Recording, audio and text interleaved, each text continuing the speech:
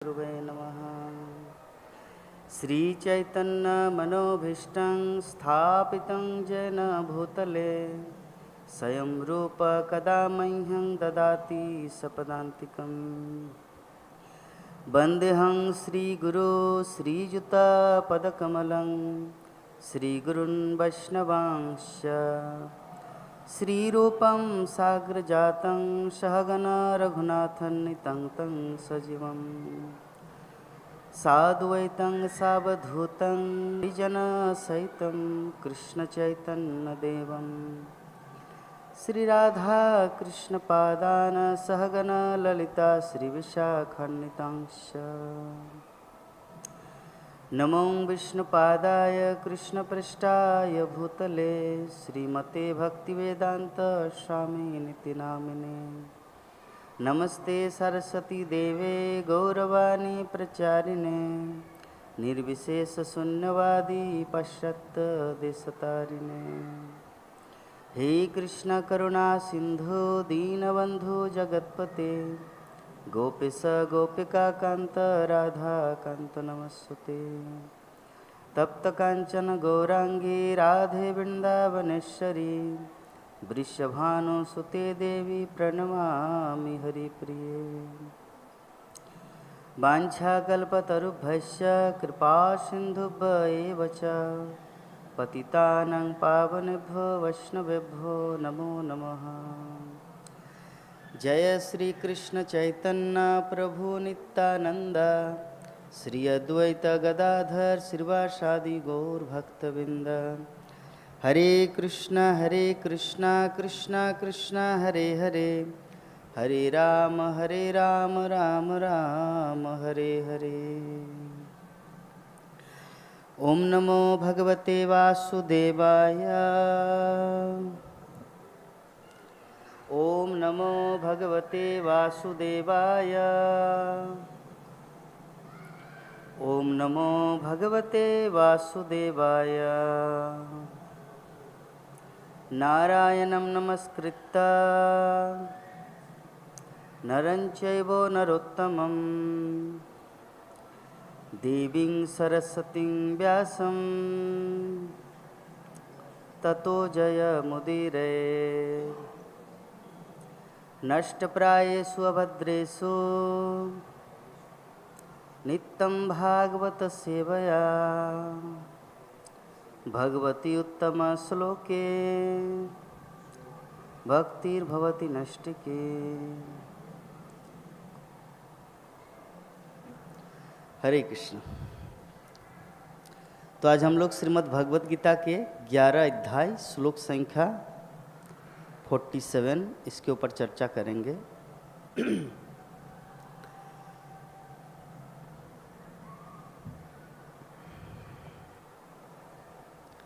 आप लोग को नीचे बैठने में कोई असुविधा तो नहीं है ना? नहीं तो चेयर ले सकते। ठीक। तो श्लोक को हम लोग उच्चारण करते हैं, आप लोग पीछे पीछे दोहराइए।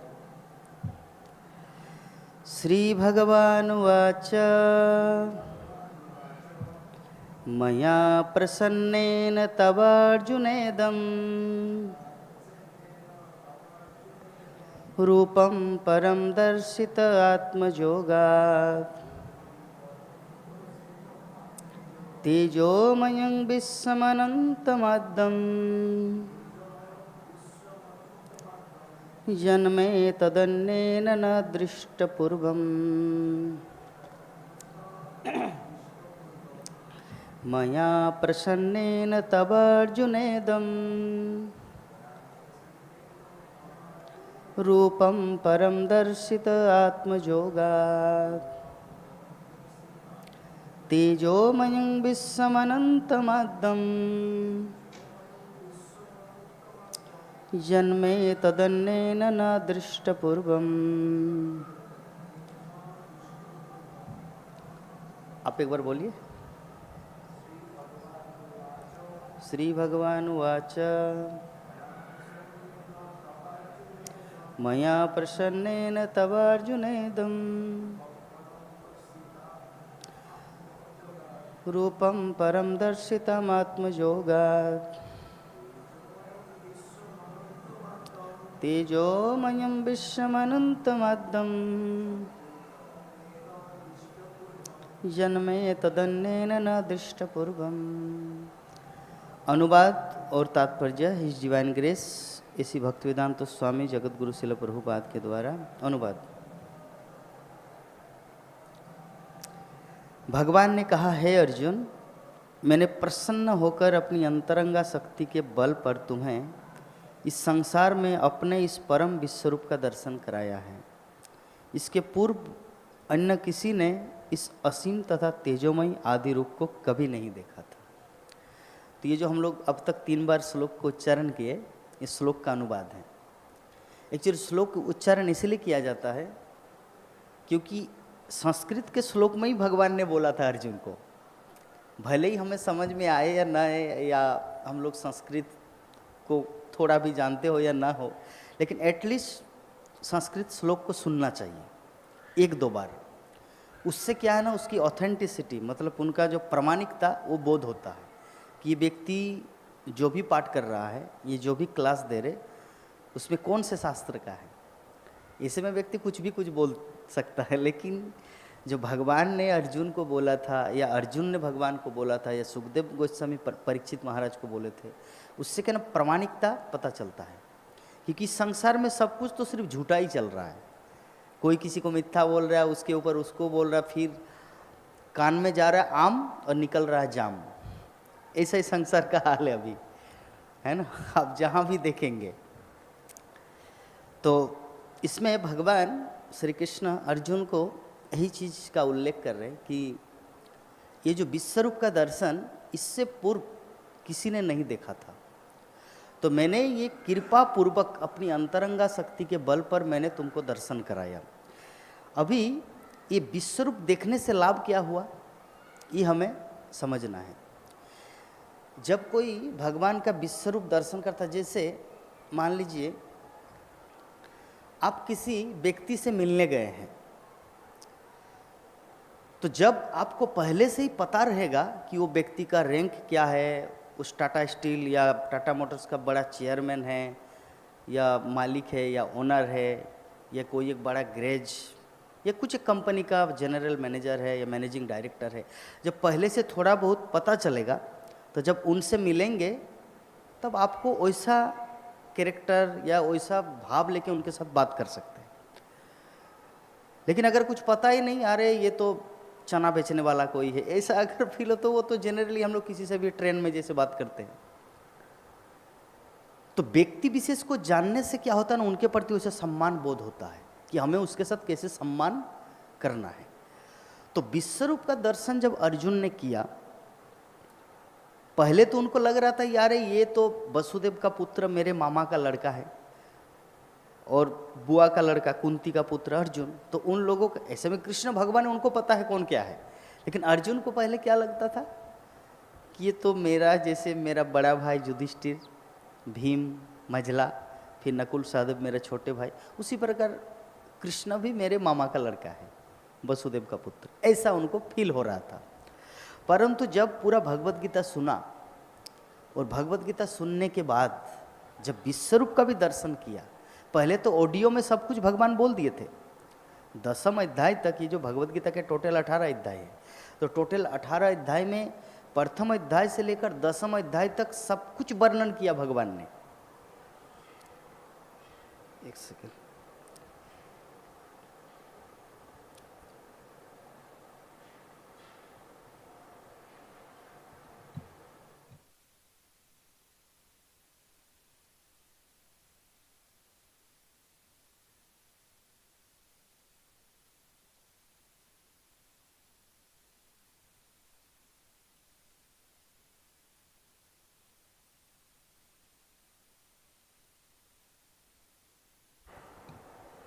क्योंकि क्या होता है हम लोग को दोनों चीज़ को देखना पड़ता है, देश काल परिस्थिति। क्योंकि आप लोग यहाँ पे उपस्थित हैं और कोई कोई यूट्यूब में, फेसबुक में भी देख रहे हैं, तो उनके लिए भी कुछ समस्या ना हो ताकि मैं माइक को दूर करूँ या सामने करूँ, इसीलिए थोड़ा देखना पड़ा। तो अर्जुन को पहले क्या लग रहा था कि कृष्ण मेरे प्रभु जी, अभी आप भगवत गीता को रख सकते, बाद में पकड़ लेना। हाँ, अच्छा, बंगाली में पढ़ रहे हैं। ओह ओके ओके ठीक है, जब तात्पर्य पढ़ेंगे उस समय आप पकड़ लेना, तब तक आप ध्यान से सुनिए। तो अर्जुन को पहले ऐसा ही लग रहा था कि कृष्ण भी मेरे मामा का लड़का है, तो ये मित्रता का भाव था। तो मित्रता का भाव से क्या होता है कि व्यक्ति का वैल्यू पता नहीं चलता। वो इन जनरल जैसे मित्रता में क्या होता है, कोई व्यक्ति कोई कंपनी का बहुत बड़ा मालिक है और सामने वाला उनका जो फ्रेंड था, स्कूल में एक साथ पढ़े थे, एक लेवल का था, लेकिन कोई रैंक में चला, कोई रेलवे ऑफिसर बन गया और जो उनका दोस्त था वो सब्जी बेच रहा है। लेकिन जब वो मिलते हैं तो ऐसा नहीं कि भेदभाव नहीं होता, क्योंकि अगर सच्चा प्रेम हो तो एक दूसरे के साथ वैसे ही घनिष्ठता चला आता है। चलिए थोड़ा घूमने चलते हैं मार्केट तरफ, ये थोड़ा घूम के आ जाते हैं, वैसे मित्रता का भाव आता है।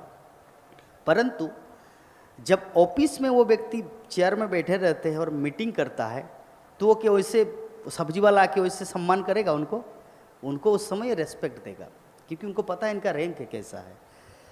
तो भगवान ये भगवद गीता में पूरा 10वें अध्याय तक सब कुछ डिस्क्रिप्शन दिया ऑडियो में। तो भविष्य में कोई व्यक्ति बोल सकता है अरे अर्जुन को जैसे पाठ पढ़ाया वैसे अर्जुन समझ लिया, लेकिन सच्चाई ये नहीं। भगवान जो बोल रहे हैं कि मैं भगवान हूँ, मैं सबका मालिक हूँ, ऐसा नहीं है। तो लोग ऐसा भविष्य में क्लेम कर सकता है, जिसके कारण विश्वरूप का दर्शन कराएंगे। विश्वरूप के दर्शन करने का ये उद्देश्य है। भगवान रामचंद्र ने तो विश्वरूप दर्शन नहीं कराया हनुमान को, नृसिंह देव ने तो प्रहलाद महाराज को विश्वरूप दर्शन नहीं कराया, लेकिन भगवान श्री कृष्ण ने अर्जुन को क्यों कराया? इससे प्रमाणित होता है कि जितने सारे अवतार है भगवान का, रामादि मूर्ति से कलान यवन तिष्ठन नानावतारम अकरोस भुवनेशु किंतु कृष्ण स्वयं समभवत परम पवान जो गोविंदमादि पुरुषम तमहम भजामि।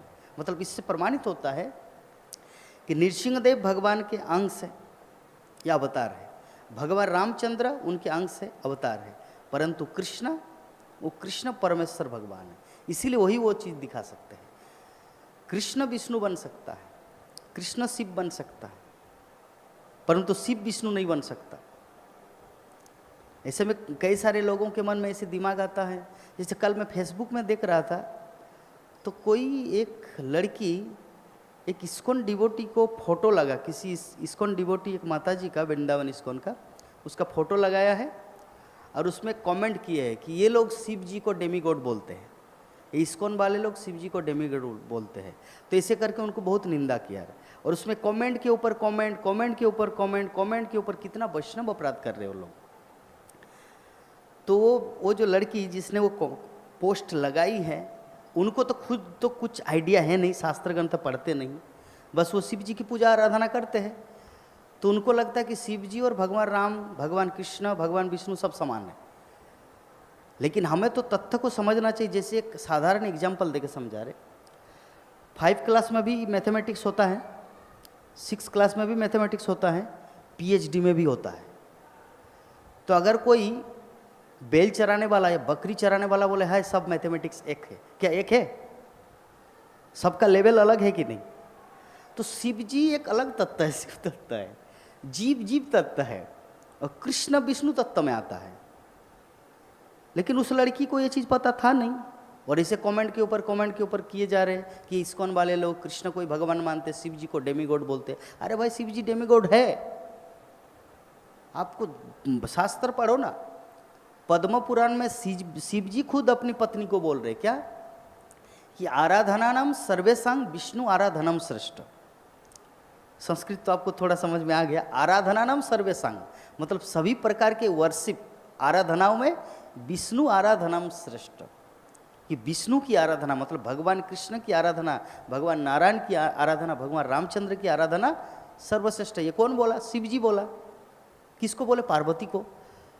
तो ये लड़की को वो चीज़ नहीं दिखता, ये जो फेसबुक में जो कमेंट करके बदनाम कर रही इस्कॉन डिवोटी को, उनको ये चीज़ नहीं दिखता। अरे भाई शास्त्र पढ़ो कि शिव जी क्या बोल रहा है, ब्रह्मा जी क्या बोल रहे। वो कमेंट दे रहे कि गुरु ब्रह्मा, गुरु विष्णु, गुरु महेश्वर सभी एक है। अरे भाई अभी अगर सभी एक है तो ब्रह्मा जी क्यों बोला ईश्वर परम कृष्ण सच्चिदानंद विग्रह अनादिरादि गोविंद सर्व कारण कारणम? ब्रह्मा जी बोले। चलिए एक दूसरा साधारण एग्जाम्पल देते हैं। आप तीनों मित्र हैं, एक मान लीजिए एक ब्रह्मा विष्णु महेश्वर, ठीक है। अभी आप तीनों एक ही किसी होटल में या किसी रेस्टोरेंट में पिज़्ज़ा या हमारे गोविंदा रेस्टोरेंट में या कोई प्रसादम की थाली ऑर्डर किया 150 रुपये के प्लेट वाला, तीनों आप लोग प्रसादम पा रहे हैं। अगर कोई अनाड़ी या अगर कोई अनजान व्यक्ति आपके पास गए तो किसी को पता चलेगा कि कौन धनी है और कौन गरीब है और कौन मिडिल क्लास है? तीनों तो एक ही प्लेट बुकिंग किए हैं, यस और नॉट? तीनों एक जैसा खा रहे, एक साथ हंस रहे, मतलब बातों में आनंद उठा रहे, हाँ इस्कॉन का प्रसादम कितना अच्छा है। तो एक अनजान व्यक्ति कैसे वो गेस कर पाएगा, अनुमान लगाएंगे कि ये मैनेजिंग डायरेक्टर है, ये चार्टर्ड अकाउंट है, ये MBBS डॉक्टर है? वो तो नहीं बता पाएंगे क्योंकि तीनों एक साथ एक प्रसादम पा रहे।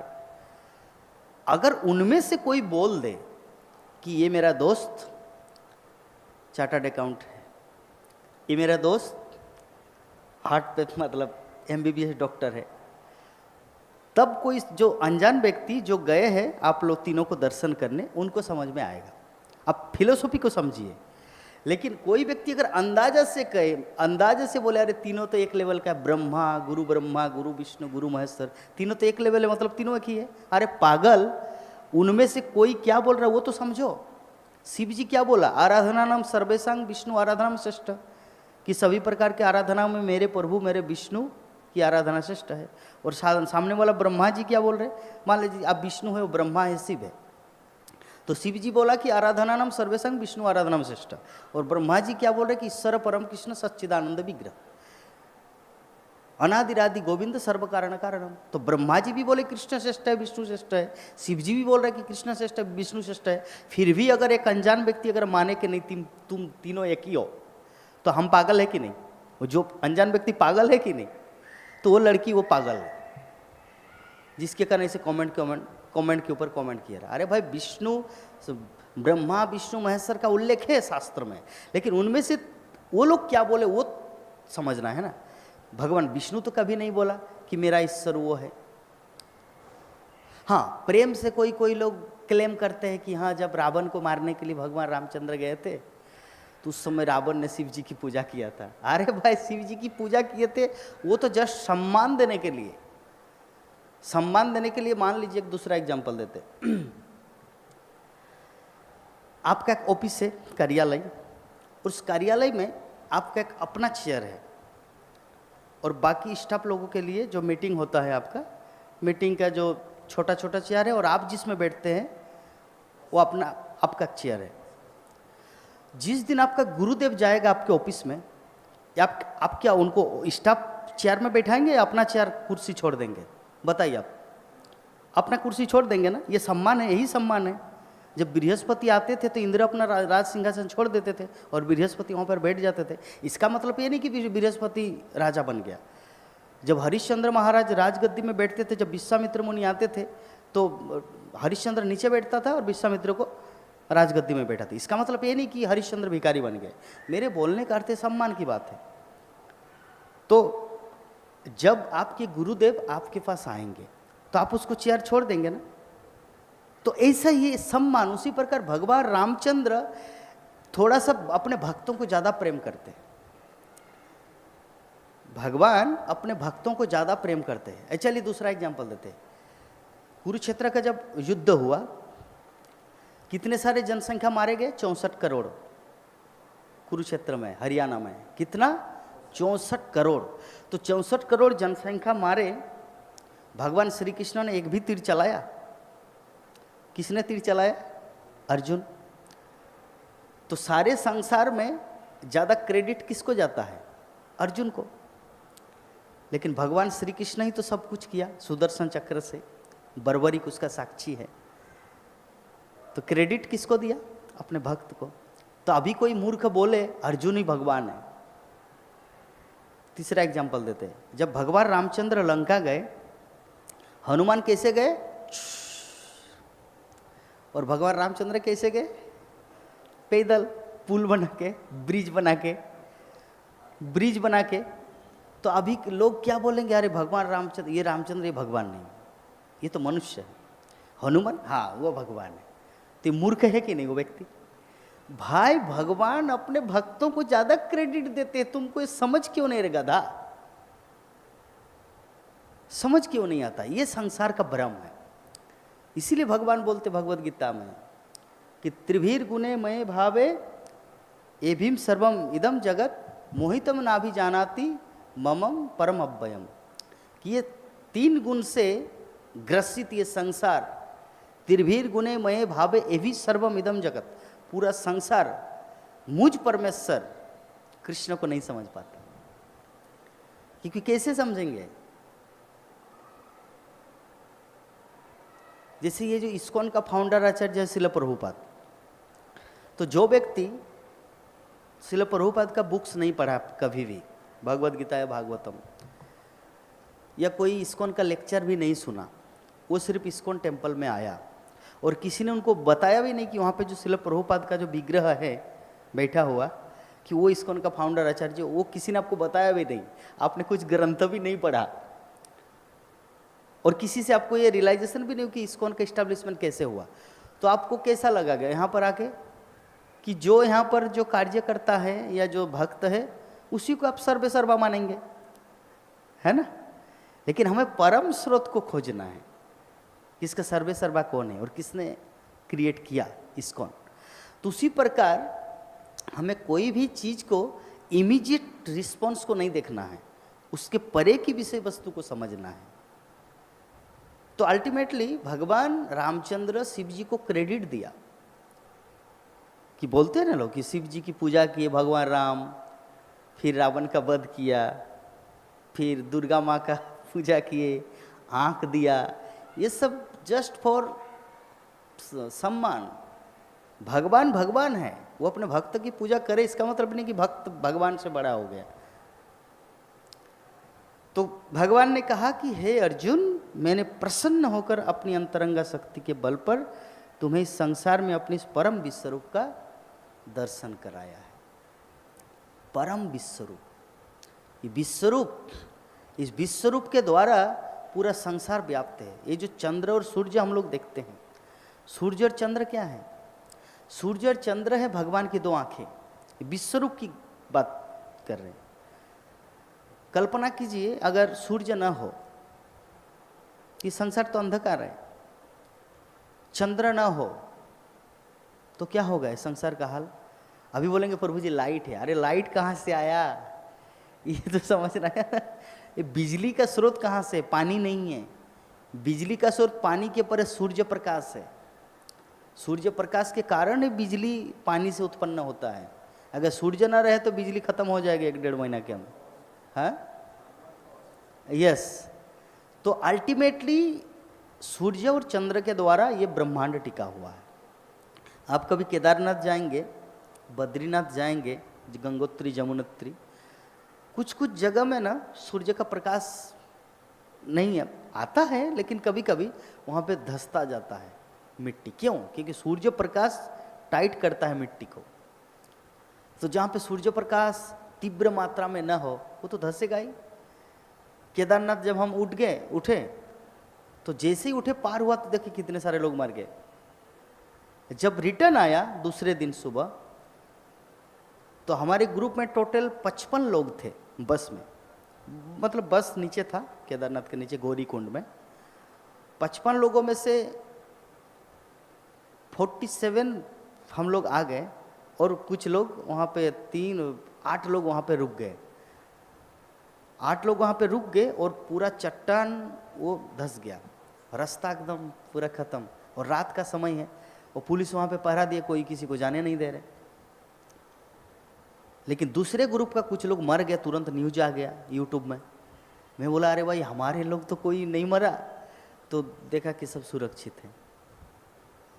तो ऐसे होता है। तो सूर्य प्रकाश से मिट्टी टाइट रहता है, लेकिन वहाँ पे वैसी अवस्था है, इसलिए सब समय ठंडा।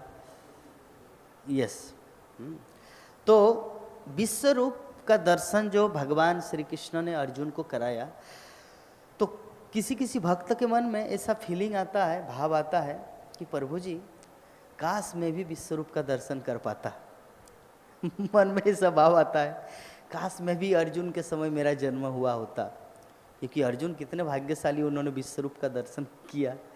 हम तो कितने अभागे हैं। नहीं, हम लोग अभागे नहीं हैं। विश्वरूप का दर्शन कृष्ण के रूप से ही विश्वरूप प्रकट हुआ। Vishwaroop is not all in all, विश्वरूप का स्रोत है भगवान श्री कृष्ण। अगर हम लोग उनको दर्शन कर पा रहे, उनकी वाणी भगवद गीता को पढ़ रहे हैं, उनकी शिक्षा को अपने जीवन में ग्रहण कर रहे हैं, तो बस सफिशेंट है हमारे लिए। ये हमें समझना है। जैसे क्या एग्जाम्पल दूं, जैसे मान लीजिए आपका एक रिलेटिव्स है, आपका मामा लगता है, और वो एक मेला लगाया किसी जगह, बहुत बड़ा मेला,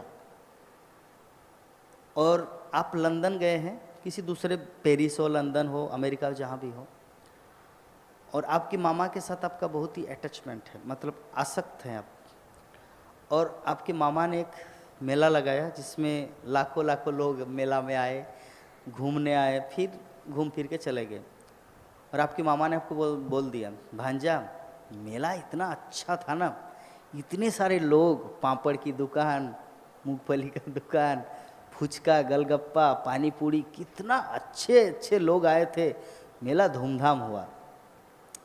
तो मेरा प्रश्न है, जैसे अपने मामा के साथ वो व्यक्ति अटैच है और मेले के बारे में वो वर्णन कर रहे हैं, भांजा क्या बताऊं, मेला जबरदस्त था। तो अगर उनका भांजा अगर बुद्धिमान है तो किस मेला के लिए वो रोएगा? नहीं रोएगा। क्यों? क्योंकि उनको पता है कि मेरे मामा ने ही वो मेला क्रिएट किया था। अगर मैं जिद करूं तो मेरा मामा दूसरे दिन भी मेला क्रिएट कर सकता है, क्योंकि मेरे मामा के हाथ में है वो चीज। तो हमें उस तथ्य को समझना है कि विश्वरूप जो है लाइक ए मेला, और भगवान श्री कृष्ण मतलब हमारे परम प्रिय बंधु, परम मित्र, अगर उनको पा लिया तो सब कुछ पा लिया। मेला क्या है? मेला तो मामा नहीं है, मामा से मेला है, तो कृष्ण से विश्वरूप है, विश्वरूप से कृष्ण नहीं है। समझ गए? तो श्रील प्रभुपाद तात्पर्य में लिखते हैं कि अर्जुन भगवान के विश्वरूप को देखना चाहता था, अतः भगवान कृष्ण ने अपने भक्त अर्जुन पर अनुकंपा करते हुए उसे अपने तेजोमय तथा ऐश्वर्यमय विश्वरूप का दर्शन कराया। तो ये रूप सूर्य की भांति चमक रहा था और इसके मुख निरंतर परिवर्तित हो रहे थे।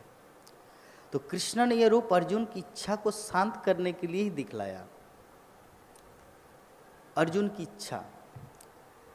की इच्छा को शांत किया भगवान ने। अर्जुन की इच्छा यही था कि प्रभु आपने इतना कुछ वर्णन किए कि हम सर्वस्व प्रभव मत्त सर्वम प्रवर्तते, कि सब कुछ मुझसे ही आया है, मत्त सर्वम प्रवर्तते, सब कुछ मुझसे निकला है और मैं ही सबका आदि हूँ। इति मत्ता भजन्ते मांग, जो इसे जानता है, बुधा भाव समन्विता, वो व्यक्ति बुद्धिमान है। तो अभी देखिए, एक चीज़ हम लोग अपने जीवन में रियलाइज कर सकते हैं। अभी मान लीजिए आपके मन में प्रश्न आएगा, प्रभु जी भगवत गीता में इतनी सुंदर सुंदर शिक्षाएं हैं, महाभारत में इतनी सुंदर सुंदर कहानी, इतिहास, रामायण, महाभारत, लेकिन फिर भी संसार के लोग भक्ति में क्यों नहीं आ रहे? तो देखिए, भक्ति में बुद्धिमान व्यक्ति आता है। पहले एक चीज समझना है, भक्ति में हर कोई नहीं आएगा। यहाँ पे भगवान खुद बोल रहे हैं कि बुधा भाव समन्विता। समन्विता मतलब डेकोरेटेड। बुधा मीन्स इंटेलिजेंट, भाव मीन्स इमोशन, मतलब बुधा भाव मतलब जिनके पास बुद्धि है, भाव है, बुधा भाव समन्विता, इंटेलिजेंस जिसका डेकोरेटेड मतलब समन्वित है, वही व्यक्ति भक्ति जीवन में एंट्री कर सकता है। और भक्ति जीवन में एंट्री करने का मतलब क्या है? भक्ति जीवन में एंट्री करने का मतलब होता है कृष्ण को समझना, भगवान को समझना। यहाँ से भक्ति शुरू होता है। एक्चुअली भक्ति में 4 लोग आते हैं, आर्त, अर्थार्थी, जिज्ञासु और ज्ञानी। आर्त मतलब होता है दुखी, जो दुखी व्यक्ति भगवान की शरण में जाते, प्रभु हमें रक्षा कीजिए। अर्थार्थी मतलब जिसको धन संपत्ति की लालसा है या धन संपत्ति चाहिए, आर्त अर्थार्थी। जिज्ञासु और एक है जिसको जानना है जगत के बारे में। मैं पहले बच्चा था, अभी युवक हूँ, बाद में बूढ़ा बनूंगा, एक दिन मरूंगा, तो आखिर ये संसार क्या है, मैं क्या हूँ, आत्मा क्या है, कौन सा ऐसा चीज़ है जो पहले भी था, अभी भी है और भविष्य में भी रहेगा, लेकिन ये शरीर परिवर्तित होता है। तो ये जो जिज्ञासु होता है वो इसकी खोज में लगते हैं। और चतुर्थ होता ज्ञानी, जिनको सब कुछ पता चल गया कि भक्ति करना ही जीवन का सार है। तो ये 4 प्रकार के लोग भक्ति जीवन में आते हैं, आर्त, अर्थार्थी, जिज्ञासु और ज्ञानी। तो अल्टीमेटली भगवान क्या बोले कि बुधा भाव समन्विता, भक्ति जीवन में वही व्यक्ति आता है जो जिनके अंदर इंटेलिजेंस है। तो मान लीजिए आपके मन में प्रश्न था, प्रभु जी हर कोई संसार में भक्ति क्यों नहीं कर रहा है? क्योंकि बुद्धिमान नहीं है, मूर्ख है। अभी बोलेंगे प्रभु जी आप कैसे बुद्धिमान नहीं? बोले वो तो पीएचडी किए हैं। अरे पीएचडी भले ही किए, एमबीबीएस डॉक्टर भले ही हो, चार्टर्ड अकाउंट भले ही हो, लेकिन इस फील्ड का कुछ भी नॉलेज नहीं है। जैसे क्या एग्जांपल दूं आपको जैसे एक बच्चा इंग्लैंड में पैदा हुआ और एक बच्चा भारत में पैदा हुआ। तो भारत में एक ऐसे परिवार में उनका जन्म हुआ जो बचपन से उनके परिवार में पूजा पाठ करते हैं, भगवत गीता भागवतम का श्लोक उच्चारण किया जाता है, सुबह सुबह आरती कीर्तन किया जाता है। और उनको पहले से ही बताया गया है धार्मिक, तो उनको पहले से ही बताया गया है कि कृष्ण भगवान है, भगवान रामचंद्र जगत का मालिक है, भगवान विष्णु इस संसार का स्रोत है। तो पहले से ही बच्चे को बताया गया है, ठीक है। और एक लड़का इंग्लैंड में पैदा हुआ था।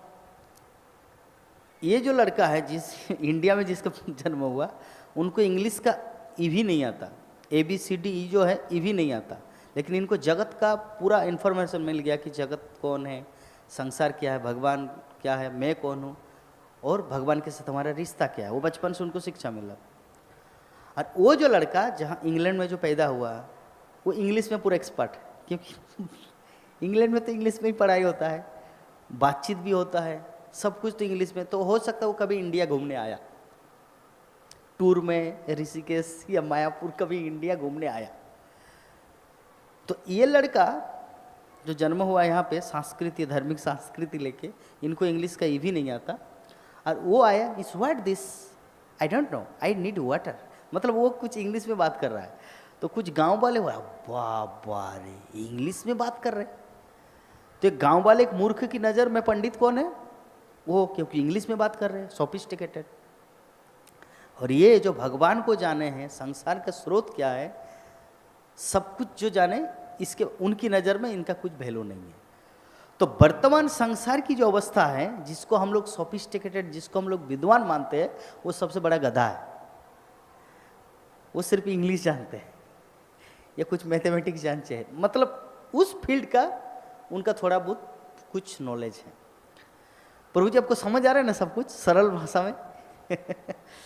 मैं इसीलिए सरल कर रहा हूं ताकि कोई भी चीज मन में ये ना रहे। तो मैंने जो एग्जाम्पल दिया कि अंग्रेज का एक बेटा और भारतीय एक लड़का और एक अनजान व्यक्ति।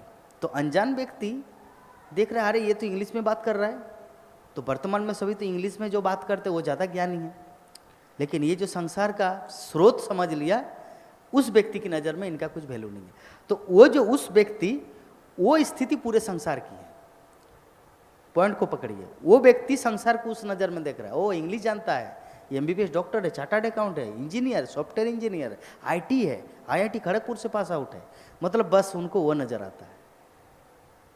तो अभी बोले प्रभु जी वो बुद्धिमान, वो लोग बुद्धिमान है इसीलिए तो हमारी स्कूल में ज़्यादातर आईआईटी स्टूडेंट है। बात को समझ गए ना? ज़्यादातर जितने राधेश्याम प्रभु बोलिए, गौरांग प्रभु बोलिए, जितने सारे बड़े बड़े विद्वान तो अब इस्कॉन में है। तो शास्त्र में जो श्लोक है बुधा भाव समन्विता, ये प्रूफ है, ये प्रूफ है कि इस्कॉन में जितने सारे इंटेलिजेंट लोग हैं वो बाहर के किसी भी इंस्टीट्यूट में नहीं है।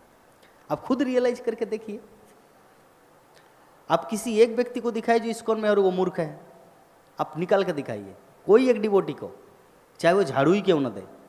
यहाँ पे इस्कॉन मायापुर के अंदर उनको भी पूछिए कुछ इस्कॉन के बारे में या भगवान के बारे में, सब कुछ आपको बता देगा, ये झाड़ू देने वाला भी। और जो गोल्ड मेडलिस्ट IITN अमोघ लीला प्रभु ऐसे कुछ कुछ है, उनकी बात तो अलग ही है। तो अल्टीमेटली भगवान जो बोले हैं कि भक्ति जीवन कौन ग्रहण करता है? जो बुद्धिमान है। मूर्ख लोग भक्ति को ग्रहण नहीं कर सकते। तो अभी क्या है, मन में एक दूसरा प्रश्न आ सकता है, प्रभु जी संसार में बहुत ऐसे देखा जाता है कि कोई साईं बाबा की भक्ति कर रहा है, कोई शिव जी की आराधना कर रहे हैं, कोई काली माता की पूजा कर रहे हैं, और कोई भगवान श्री कृष्ण की पूजा कर रहे हैं। तो इनमें से हम किसको श्रेष्ठ माने? तो पहले जो एग्जाम्पल दिए, शिव जी क्या बोला? आराधना नाम सर्वेशाम विष्णु आराधनाम श्रेष्ठ। शिव जी सभी देवताओं के देव है, महादेव बोल, शिव जी महादेव है ना, सभी देवताओं के प्रमुख। तो महादेव जब बोल दिया कि आराधना नाम सर्वेशाम, सबका मालिक कृष्ण है। खैर कोई जो साईं बाबा की भक्ति कर रहे हैं वो भी तो खुद नहीं बोले सबका मालिक मैं हूं, वो बोलते सबका मालिक एक है, मतलब वो कृष्ण को दर्शाता है। अभी समझने वाला व्यक्ति जैसा समझे, जो जैसा व्यक्ति हो इसे समझेंगे, लेकिन हमें शास्त्र की व्याख्या को समझना है। शास्त्र का सार क्या है, पूरे वैदिक साहित्य में क्या निचोड़ दिया गया है। तो धीरे धीरे धीरे धीरे अभी मान लीजिए, एक माता जी मुझे कॉल किया था 3-4 दिन पहले हरियाणा से, बोले प्रभु जी मैं इस्कॉन से जुड़ी हूँ, लेकिन साथ साथ में मैं थोड़ा 5 मिनट शिव जी का भी ओम नमः शिवाय ओम नमः शिवाय ओम नमः शिवाय जप करती हूँ। तो मैंने उनको बोला माता जी अगर आप वो जप नहीं भी करेंगे तो कुछ समस्या नहीं होगा, आप चाहे तो जप कर सकते हैं। बोले नहीं प्रभु जी पता नहीं भगवान नाराज हो जाएंगे। मैं बोला अरे भाई तुम कृष्ण की भक्ति कर रहे हो। तो मैंने उनको कथा सुनाया जड़ भरत का, वही चीज़ आप लोगों को सुना रहे। तो जड़ भरत नाम का एक भक्त था। जड़ मतलब मूर्ख, यद्यपि मूर्ख नहीं है लेकिन अपने आप को एक्टिंग कर रहे कि मैं मूर्ख हूँ। वो पहले उन्हीं के नाम से ये भारतवर्ष हुआ, भरत के नाम से, महाराज भरत के नाम से ये भारतवर्ष पड़ा। तो महाराज भरत को जब जीवन के एक अवस्था में उनको जब रियलाइजेशन हुआ, अनुभव हुआ कि ये संसार कुछ नहीं है, नथिंग। जैसे होता है ना कोई व्यक्ति लड़का लड़की जब प्रेम करते हैं और उसके बाद जब धोखा मिल जाता है, वो लड़की दूसरे से शादी कर लेते हैं या लड़का उनको छोड़ के दूसरी जगह चले जाते हैं, तो उनको लगता है अरे पूरा जीरो, इतना दिन जो मैं उनके पीछे भागा या भागी वो सब नॉनसेंसली जीरो, कुछ भी मायने। तो उनको एक बार समझ, तब उनको लगता है कि भाई क्या प्यार मोहब्बत करके टाइम पास करे, बेटर है शादी करो। क्योंकि भाई एक मेहनत करके, उनका पिताजी का फोन आया, लेकिन अगर उनकी लड़की से बात कर रहे तो पिताजी का फोन काट देते हैं।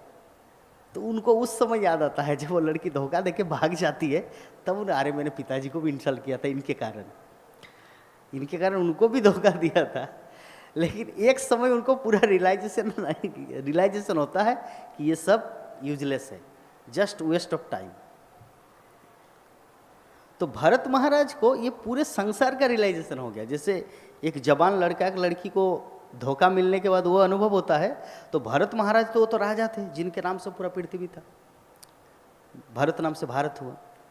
तो उनको जब समझ आएगा कि ये संसार यूजलेस है, तो वो घर परिवार त्याग करके मलबत का अर्थ होता है जैसे कोई बाथरूम में जाके अपना मल स्नान करके आता है, जैसे उनके प्रति कोई रुचि नहीं, कोई आसक्ति नहीं होता, मलबत त्याग, स्टूल। तो वैसे ही भरत महाराज अपने संसार को मलबत त्याग करके जंगल चला गया और जंगल में जाके भगवान की आराधना में लग गए। तो भगवान की आराधना में लगते लगते, लेकिन बेचारा था अकेला, सत्संग था नहीं, अकेला भक्ति करता था।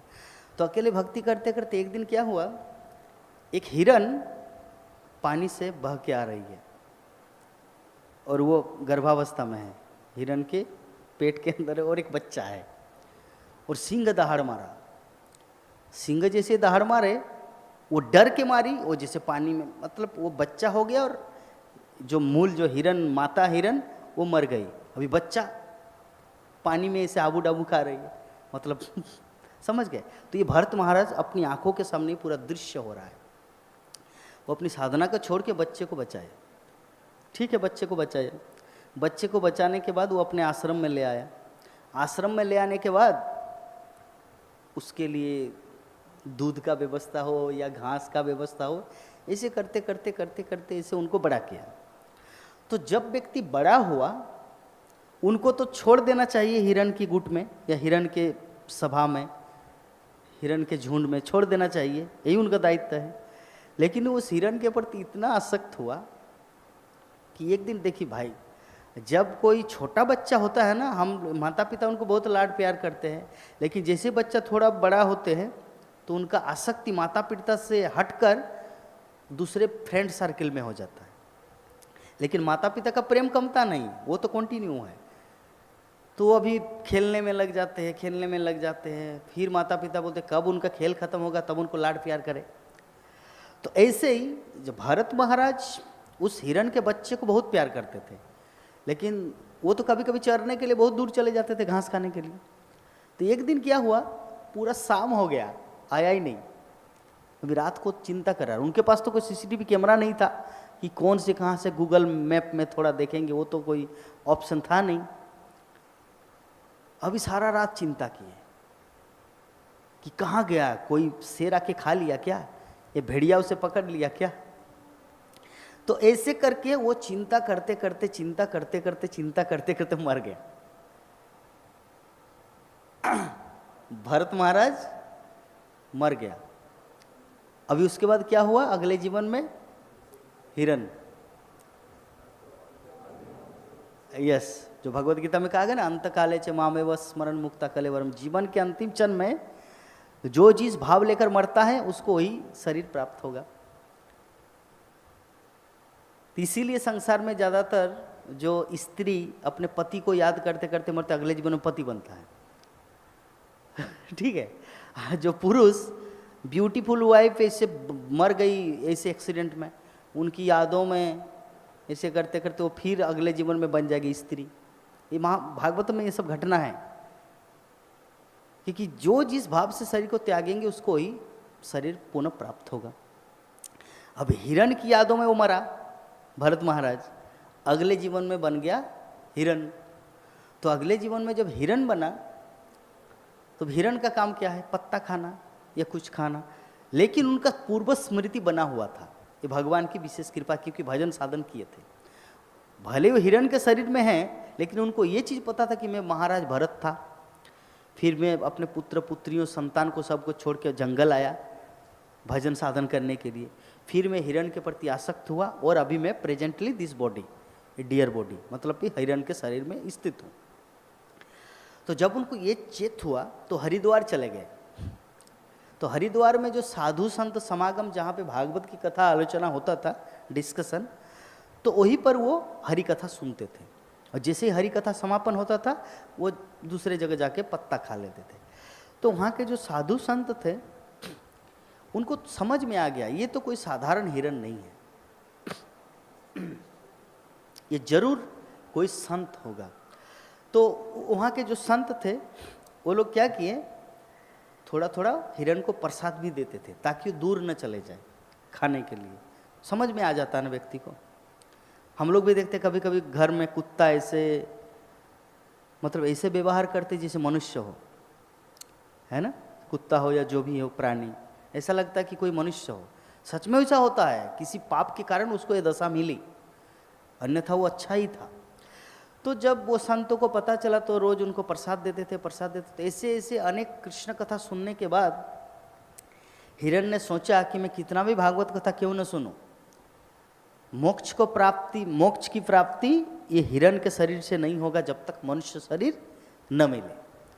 तो उन्होंने क्या किया, जो गंगा प्रवाहित हो रही हरिद्वार में, वहाँ पे जाके जंपिंग करके मर गई, शरीर को त्याग दिया, और फिर से एक ब्राह्मण के परिवार में उनका जन्म हुआ।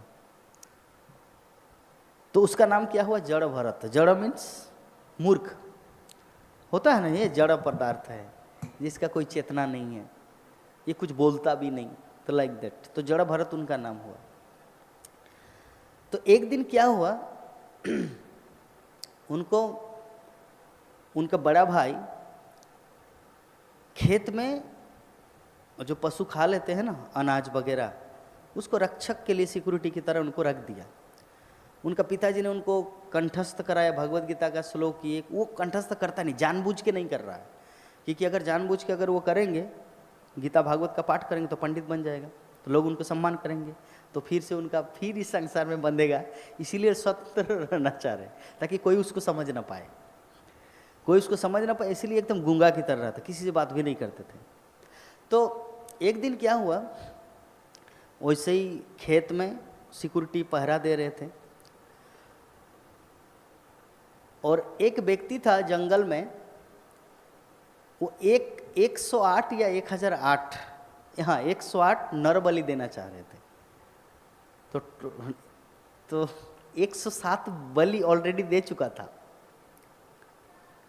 बलि होता पर नर बलि, मनुष्य का बलि दिया जाता था, राक्षस प्रवृत्ति के लोग। तो अभी जड़ा भारत को उस भद्रकाली के सामने बलि देना था। तो भद्रकाली एक मूर्ति है, काली माता। ये जो मैं टॉपिक इसलिए बोल रहा हूँ, वो जो हरियाणा की जो माता जी बोले ना कि मैं शिव मंत्र का जप करती हूँ, तो मैंने उनको बोला कि कृष्ण मंत्र जप करने से सफिशिएंट है, शिव मंत्र जपने की जरूरत नहीं है। तो मैं उसी चीज़ का प्रमाणित कर रहा हूँ उनको जो बोला। तो भद्रकाली का मंदिर है, तो जड़ भरत को पकड़ के ले आया, क्योंकि 99 बलि तो दे दिया, ये 107 बलि दे दिया, अभी एक बाकी है। तो एक बाकी अगर इसको बलि दे देंगे तो उनका सिद्धि प्राप्त होगा। होता ना, तांत्रिक लोग ऐसे करते हैं, आप लोग तो जानते हैं, शमशान घाट में ऐसे करते हैं, इंद्रजाल तंत्र ऐसे कुछ कुछ, मोहिनी विद्या, वशीकरण। तो जड़ भरत को बांध के ले आया, और जड़ भरत कुछ बोल नहीं रहा है, उनको ऐसे कर रहे, उनको पता है कि अभी मेरा मृत्यु होगा, क्योंकि खड्ग है। उनको सिंदूर लगाया, उनको प्रसाद खिलाया, और अभी माँ काली के सामने बलि देंगे। उनको पूरा समझ में आ गया कि मेरा बलि होने वाला, लेकिन फिर भी कुछ प्रोटेक्शन नहीं ले रहे, नथिंग, कुछ भी नहीं। तो वो भगवान को भी नहीं पुकार रहे कि प्रभु आके मेरी रक्षा कीजिए, लेकिन वो ऐसे भक्त है, प्रभु जी ध्यान से सुनिए, वो ऐसे भक्त है कि उनका भगवान श्री कृष्ण के प्रति इतना डेडिकेशन है, इतना भरोसा है, उनको पता है कि जीवन में जो भी होता है सब मंगल होता है।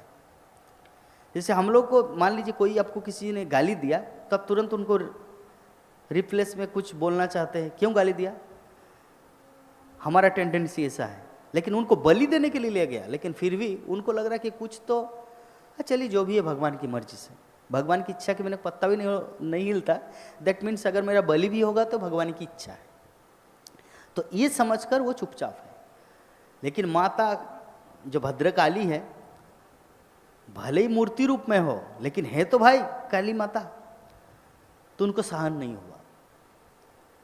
वो खुद अपना खड्ग लेके, वो जो 4 डाकू उनको पकड़ के ले आए, तो डाकू को ही काट दिया और जड़ भरत को बचा लिया, क्योंकि अरे मेरे सामने एक महान विष्णु भक्त का बलि होगा, ये मैं किस तरह की वैष्णवी हूं।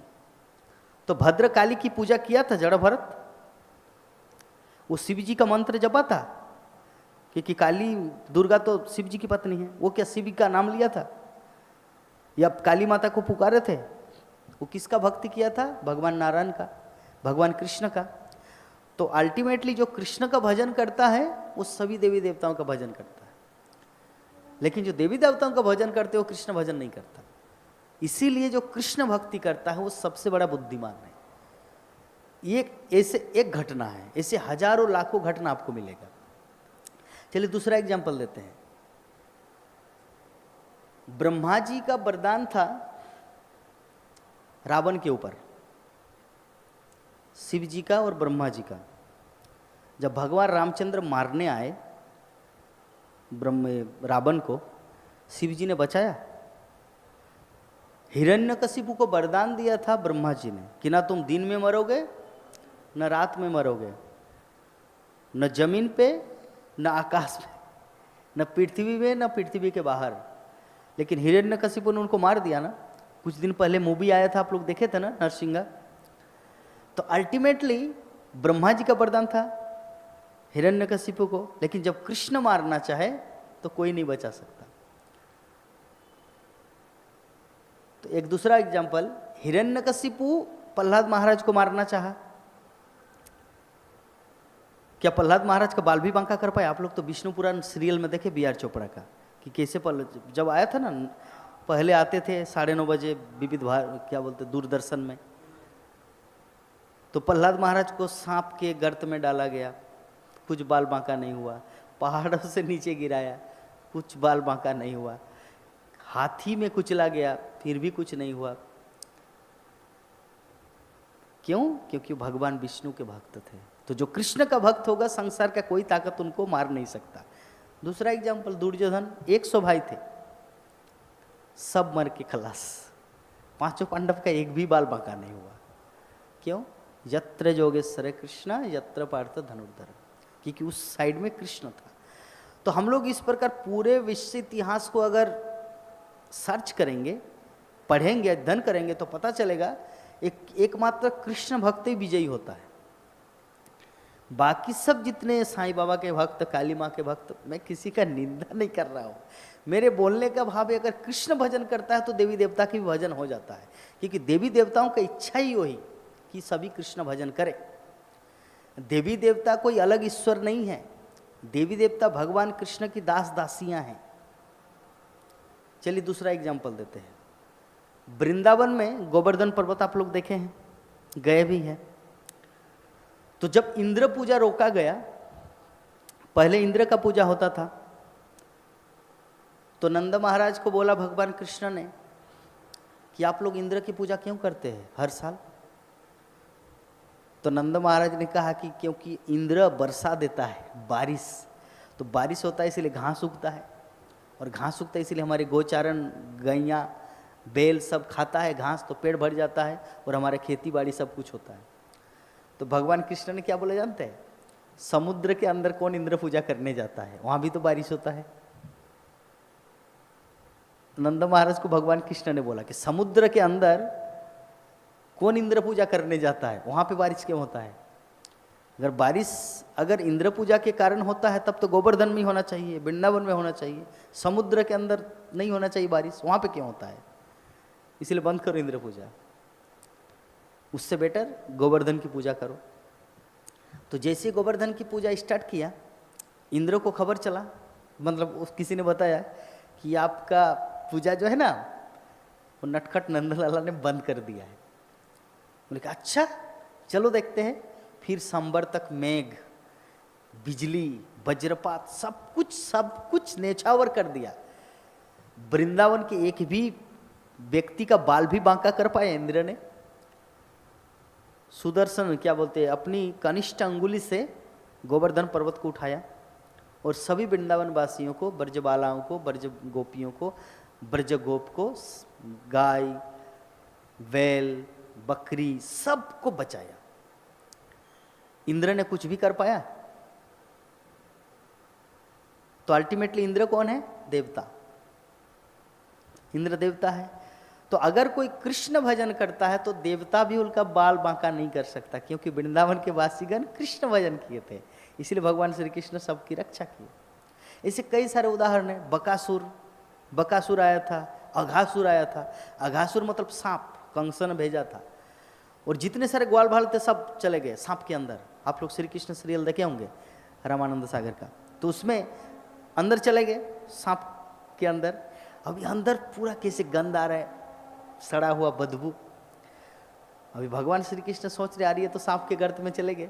अभी इन लोग को बचाना कैसे? भगवान कृष्ण भी खुद एंटर किया अघासुर के अंदर, और अपने आप को इतना विस्तार किया कि सांप फट गए और सब बाहर निकल गए बच्चे। तो आज तक विश्व इतिहास में जितने सारे कृष्ण भक्त हुए हैं, उनके जीवन में किसी भी प्रकार का अकल्याण नहीं हुआ, मतलब अमंगल नहीं हुआ, उनका कल्याण ही हुआ है। लेकिन जो सिर्फ देवी देवताओं के चक्कर में हैं, या जो अभी तक भगवान कृष्ण, विष्णु, नारायण के उपासना तक नहीं आया, अभी तक नहीं आया, वो अभी भी अधूरा है। इसीलिए जीवन का सार क्या है? जैसे अर्जुन ने भगवान श्री कृष्ण की भक्ति किया, हमें भी भगवान श्री कृष्ण की भक्ति करना चाहिए। यस,